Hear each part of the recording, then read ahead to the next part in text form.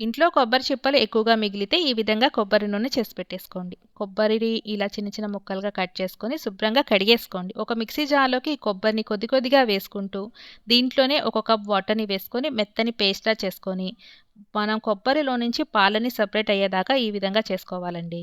కొబ్బరిని మళ్ళీ రెండోసారి మిక్సీ జార్‌లోకి ట్రాన్స్‌ఫర్ చేసుకొని రెండోసారి కూడా మిక్సీ పట్టేసేస్తే శుభ్రంగా పాలన్నీ కూడా దిగిపోతాయి. ఈ పిప్పినంతా పక్కకు తీసేసుకొని కొబ్బరి పాలన్నీ ఒక బాటిల్‌లోకి పోసుకొని ఒక మూల ఒక 5, 6 గంటల పాటు రివర్స్‌లో పెట్టేసేయండి. ఈ విధంగా పెడితే మనకి కొబ్బరి అండ్ నీళ్లు సెపరేట్ అవుతాయండి.